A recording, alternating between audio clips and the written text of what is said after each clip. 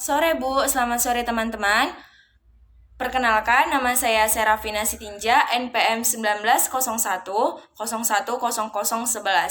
Baiklah, di sini saya akan mencoba menanggapi dan menangani siswa dalam perspektif bimbingan konseling berdasarkan pemahaman terhadap pengertian BK dan layanan BK terhadap siswa, seperti kasus seorang siswa yang melakukan pelanggaran disiplin sekolah, yaitu sering bolos, sering tidak mengerjakan PR, dan terlambat membayar sumbangan atau iuran.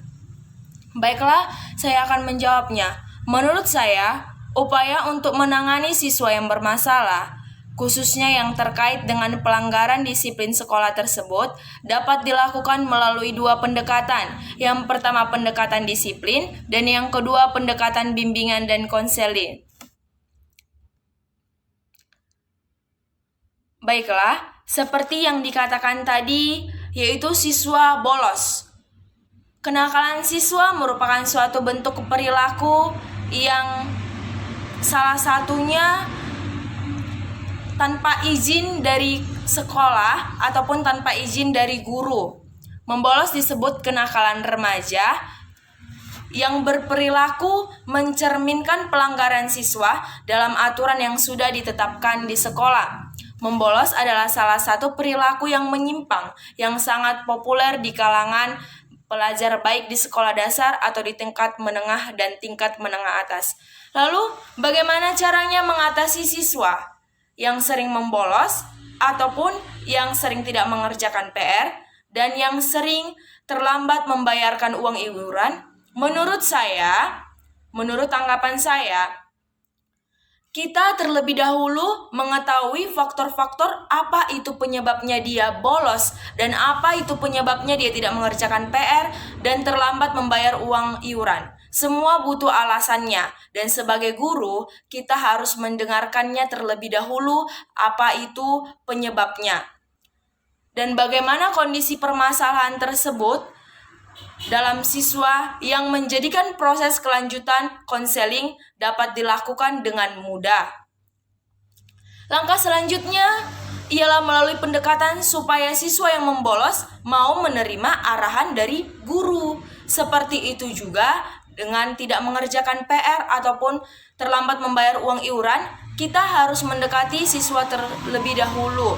Kita harus tahu bagaimana cara mengatasinya. Sebagai seorang guru, kita harus lebih mendekatkan diri kepadanya, mengajak bagaimana caranya berkomunikasi dengan baik, menanggapi hal tersebut supaya masalah tersebut berjalan dengan baik tanpa ada persoalan yang tidak sewajarnya.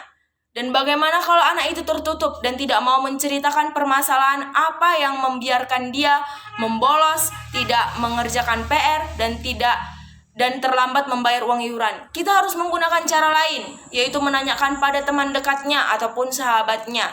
Sebagai seorang guru, kita akan menanyakan kepada teman dekatnya bagaimana dia seperti biasanya dan mengapa dia terlambat membayar uang sekolah ataupun tidak mengerjakan. Pasti ada permasalahan yang dia hadapi, namun dia tidak akan cerita. Begitu semua informasi yang diperlukan telah diperoleh konselor, mengambil tindakan preventif dan pengobatan. Oleh karena itu, tugas seorang guru, tugas bimbingan konseling, selain memberi arahan kepada siswa, juga harus